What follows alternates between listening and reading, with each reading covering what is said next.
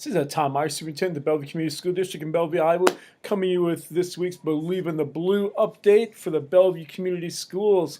We're just about at winter break. Today is the last day before winter break. We will resume school again after today on January 4th. That's a Monday. Hope everyone has a happy holiday season, a nice winter break, and everything like that. We have no major events going on over break as far as athletic competitions or other fine arts or other competitions as a whole that way. We do have some practices going on for our varsity athletics that way.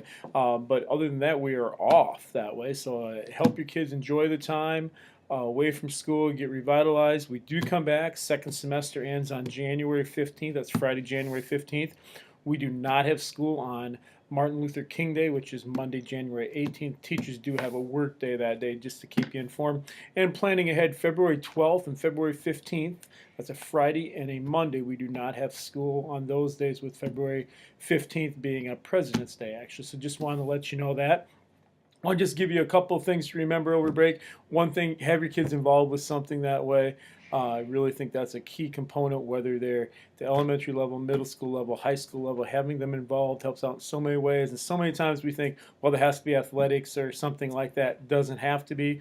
We just had concerts over the last week at the elementary level, middle school level, high school level, band and vocal that were absolutely amazing. Mr. Davies with the band, Mr. Sturdivant with the vocal did an outstanding job preparing the kids, and the kids came out there at the performance and did a wonderful job once again, as normal that way. Did want to touch base with you on a book here. I'm just going to give you another update on a book, Counting What Counts by Yang Zhao. He's a writer here, obviously, and this book has some different writings from different people in it, but he talks about test scores, and the Iowa School Report Card came out last week. I think I told you about that last week. Our elementary is one of the top 85% of the schools, or probably scored better than 85% of the schools in the state of Iowa.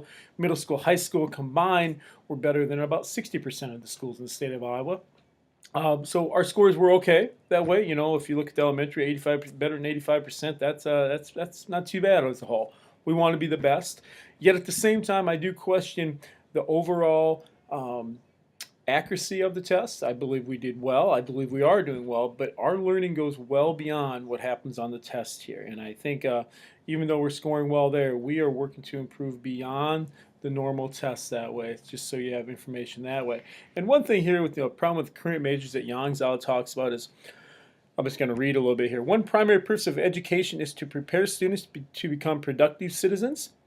What makes one productive, however, is much more than the cognitive proficiencies measured in test scores. I want you all to think about that a little bit. Non-cognitive factors play a significant role, such as personality traits, motivation, interpersonal skills. They have been found to correlate significantly with educational attainment, going to college, workplace productivity, being successful at work, and life earnings. As a result, among the most highly valued personal qualities, out there, academic achievement rank lower than communication skills, motivation and initiative, teamwork skills, and leadership skills. It comes from research by Kuhn and Weinberger in 2005. I find that very interesting. And I do believe that doing well in school academically is a key component, okay, to doing well later in life as well.